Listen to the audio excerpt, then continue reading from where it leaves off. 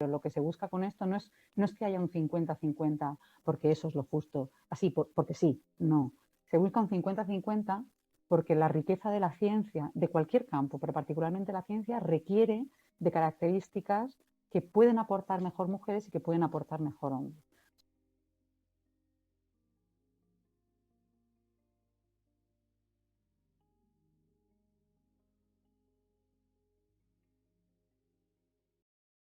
¿No? ¿Cómo se es científica? ¿Cómo se empieza? ¿Qué te motiva y por qué eres investigadora? Bueno, de nuevo, gracias. Buenas tardes, un placer estar aquí. Pues empecé o sea, me interesaba la psicología, me interesaban muchas cosas, pero bueno, empecé a estudiar psicología porque por algo hay que decidirse, ¿no?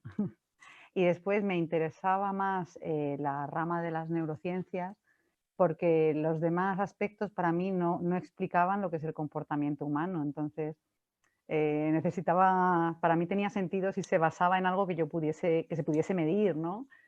A pesar después, bueno, estudias y te das cuenta de que esa medición no es tan exacta como uno se cree a priori. Pero bueno, en cualquier caso, está claro que en ese concepto me influyó mucho mi padre, porque él es neurofisiólogo y cuando yo era pequeña nos traía el eje, ¿no? El electroencefalograma, esas, las rayitas esas de la máquina de la verdad y todo esto, pues eso es a lo que es su especialidad médica. Y los aparatos antiguos lo que hacían era que todo ese registro se hacía en papel. A día de hoy se hace en pantalla de ordenador y se graba en un fichero, disco duro o lo que sea, ¿no? En formato electrónico. Pero en aquel momento era en papel. Y las primeras páginas que salían no eran del electroencefalograma, no eran del paciente, eran de calibración. Y entonces él nos las traía a casa y nosotros por detrás, mis hermanos y yo, pues dibujábamos, hacíamos esquemas, con lo cual esas rayas, yo era, en la clase todo el mundo me conocía por la de las hojas de las rayas, o sea, de Cristina, pero la de las hojas de las rayas. O sea que evidentemente eso influyó como en buscar qué es lo bueno, ¿no? Cuál es la forma verdadera de estudiar al ser humano, que era lo que a mí me interesaba. Esto me lleva un poco a preguntarte por la importancia de los referentes, ¿no? En ese caso, o de los modelos de comportamiento. Creo que en este caso tu padre pudo ejercer, porque imagino que hablaría del tema en casa, que te parecería como una actividad interesante a la que dedicarse. Y de ahí la importancia de los referentes y verse reflejado en los modelos. No sé tú qué opinas, sobre todo en tu ámbito también. Hombre, sin duda, sin duda.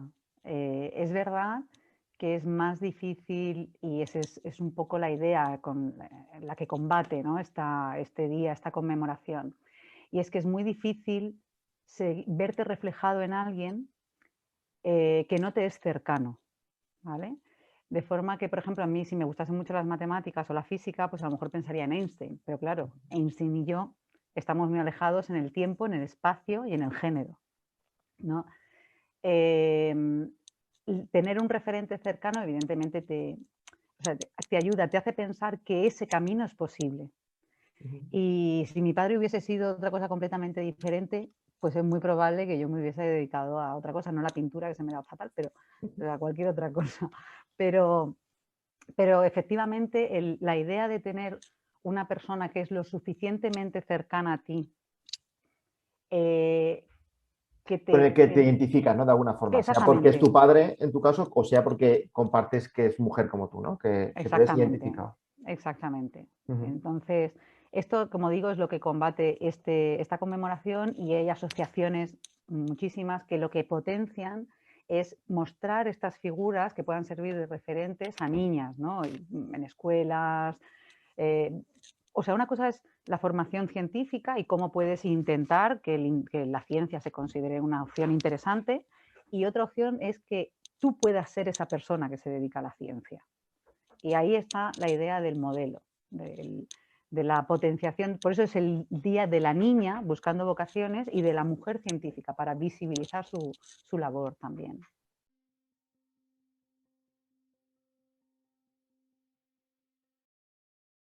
¿Cuánto grado de mujeres ves a tu alrededor, en tu entorno? Pues veo muchas mujeres por ejemplo, haciendo el doctorado, muchas Ujú. mujeres en la docencia, en el departamento, pero veo muchas menos mujeres en los puestos de responsabilidad.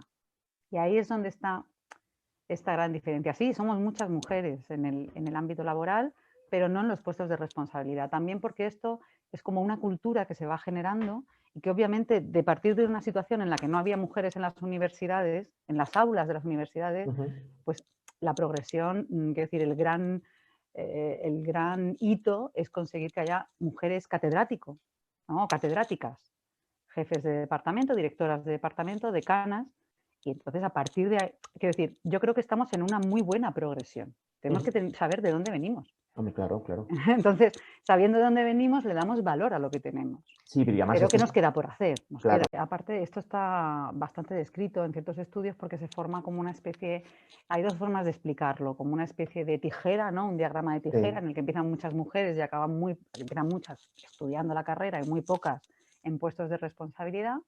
O también hay otra metáfora que se llama de leaking pie, es como si fuese una tubería que va perdiendo agua, ¿no? Entonces, de tener un chorro enorme a de pronto ir perdiendo agua por el camino y al final en los puestos de responsabilidad hay muy pocas mujeres. ¿Por qué? Porque, como he dicho antes, hay muchas estudiantes de doctorado, muchas mujeres que se doctoran. Lo que sucede es que eso coincide, entre unas cosas y otras, con unos momentos de decisión vital, de empezar a formar una familia. Evidentemente nadie se plantea, yo dejo de trabajar por mi familia. No, al final son las necesidades lo que te va llevando a tomar decisiones que evidentemente están muy influenciadas por nuestra cultura. O sea, nosotros somos fruto de unos ambientes y vemos qué es lo que inevitablemente, aunque no queramos, aunque pensemos que esté mal, o sea, que esté mal, que no es Sí, justo, sí, sí, sí. pero nuestra cultura nos ha enseñado, pues bueno, ahora hablamos de los mamás y las papás en el cole y las familias, pero normalmente se lo dices a mamá que te dé el dinero de la excursión, que te ponga en la mochila. Y eso es algo que poco a poco, y aquí está el quid de la cuestión, es que te va calando. Entonces yo no creo en absoluto, nosotras también caemos en eso porque somos fruto de nuestra experiencia. Sí. Pero precisamente visibilizando y dando a conocer, y lo primero es ser consciente, ¿no?, de que esto existe y después intentar trabajar en ello. Yo por eso me encanta participar en estas cosas, porque considero que, hombre, no cambiaré, no moveré montañas, ¿no? Pero oye, si se trata de visibilizar, pues oye, para eso estamos, ¿no? Para contribuir en lo que se pueda. Eso, y además yo creo que hay que, con esto se quita esa teoría que puede haber por parte de gente que dice, bueno, si hay mujeres en las etapas anteriores, si no llegan a jefas de proyectos y demás es porque deciden voluntariamente no querer, ¿no? Bueno, pero eso tiene la explicación que viene marcada por la socialización que estamos teniendo hombres y mujeres y que cada vez se ve menos, ¿no? Porque cada vez es verdad que a los hombres nos van metiendo más en las labores de cuidados y eso que hace que vosotras tengáis más disponibilidad, porque claro, si alguien que esté estudiando o que piense estudiar ciencia en el futuro o que piense dedicarse a la investigación, dice, bueno, si yo voy a estudiar, una mujer, ¿no? Que diga, yo voy a estudiar y después voy a tener que dejarlo, es para decirle, pero es que esto no, o sea, es una cosa que se ha tenido que hacer, pero no es el destino natural y biológico de la vida, sino que esto tiene el tiempo que queramos que siga teniendo vosotras y nosotros, ¿no? Que también tenemos que asumir ese 50%, que no es otra cosa del otro trabajo, que es el trabajo no remunerado, que es importante también.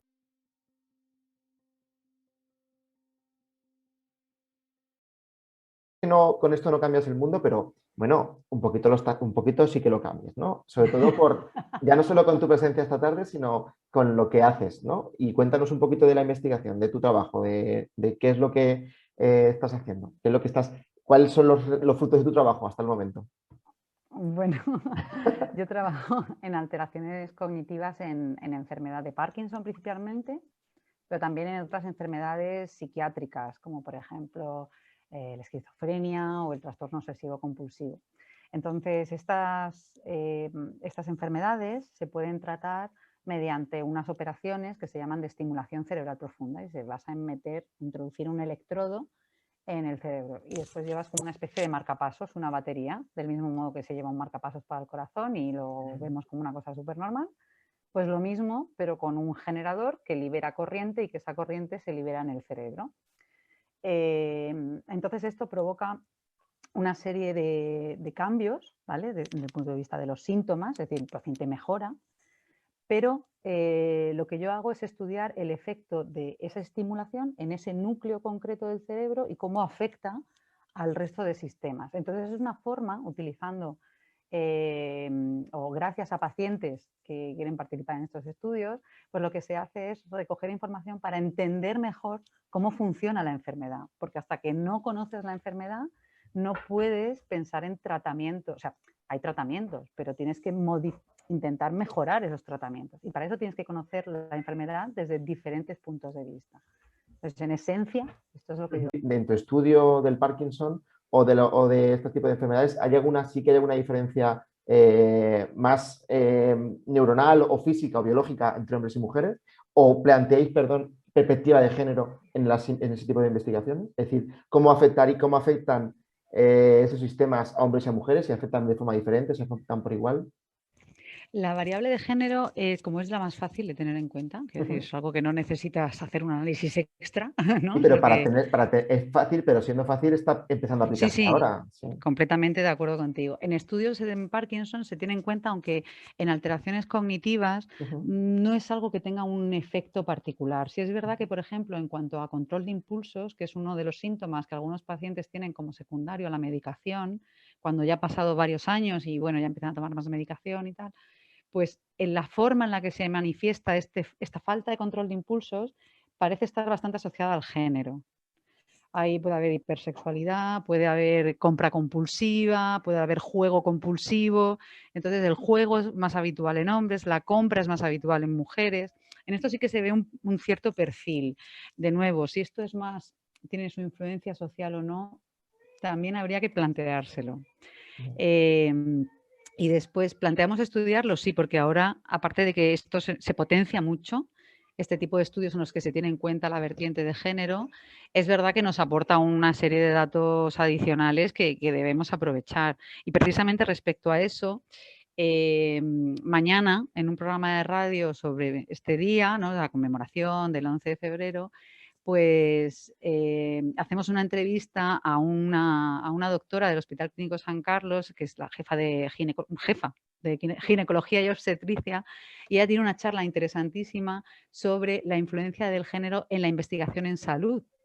Y ella, vamos, yo escuchando aquella conferencia, ella hablaba, por ejemplo, del ataque al corazón y cómo los síntomas prodrómicos, es decir, aquellos que te indican que el ataque al corazón se está dando o va a tener lugar, se está aproximando, son diferentes en hombres y en mujeres. Entonces, muchas más mujeres mueren de ataque al corazón que hombres, precisamente porque no lo saben diagnosticar, porque no se dan cuenta.